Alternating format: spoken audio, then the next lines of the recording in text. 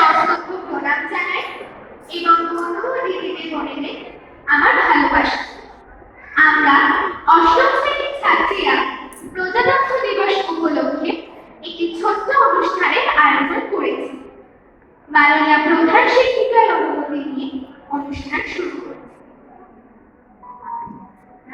আমাদের অনুষ্ঠানের প্রথম নিবেদন আজকের এই দিনটি সম্পর্কে কিছু বক্তব্য। আজ 26শে জানুয়ারি, ভারতের ৭৬তম প্রজাতন্ত্র দিবস।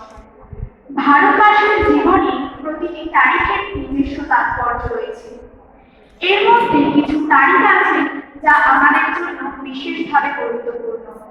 তেমনই একটি তারিখ হল 26শে জানুয়ারি। প্রজাতন্ত্র দিবস রূপে এই দিনটি প্রতিটি ভারতবাসীর নিকটে অত্যন্ত তাৎপর্যপূর্ণ একটি দিন। এই দিনে ভারতবর্ষ একটি সার্বভৌম গণতান্ত্রিক প্রজাতন্ত্র হিসেবে আত্মপ্রকাশ করে। জাতির জনক মহাত্মা গান্ধী 26শে জানুয়ারিকে নাম দিয়েছিলেন স্বতন্ত্রতা সংকল্প দিবস।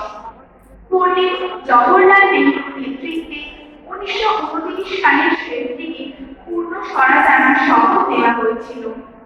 এরপরে 1930 সালের 26শে জানুয়ারি দিনটিকে স্বাধীনতা দিবস বলে ঘোষণা করা হয়। তবে শেষ পর্যন্ত এটি কার্যকর হয়নি। 1947 সালে প্রায় 200 বছরের পরাধীনতা ঘুচিয়ে ভারত 15ই আগস্ট স্বাধীনতা অর্জন করে এবং এই দিনটি স্বাধীনতা দিবসের মর্যাদা পায়। স্বাধীনতা অর্জন 1947 সালে হলেও তখনও দেশের জন্য সংবিধান তৈরি হয়নি। প্রায় 2.5 বছর পর তৈরি হল পৃথিবীর সবচেয়ে বৃহত্তম সংবিধান, ভারতের সংবিধান। 1929 সালের 26শে নভেম্বর গণপরিষদে এই সংবিধান গৃহীত হয় এবং 1950 সালের 26শে জানুয়ারি এটি কার্যকরী হয়।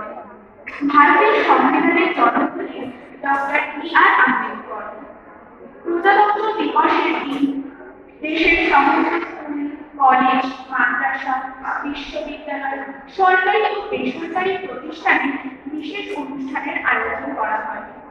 ভারতের রাজধানী দিল্লির রাজপথে কুচকাওয়াজ ও বর্ণাঢ্য শোভাযাত্রা অনুষ্ঠিত হয়।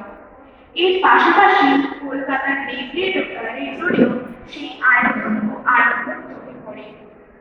এই কুচকাওয়াজ ভারতীয় সেনাবাহিনী, নৌবাহিনী, বিমান বাহিনী, পুলিশ, বিএসএফ, বিভিন্ন সরকারি ও বেসরকারি সংস্থায় অংশগ্রহণ করে।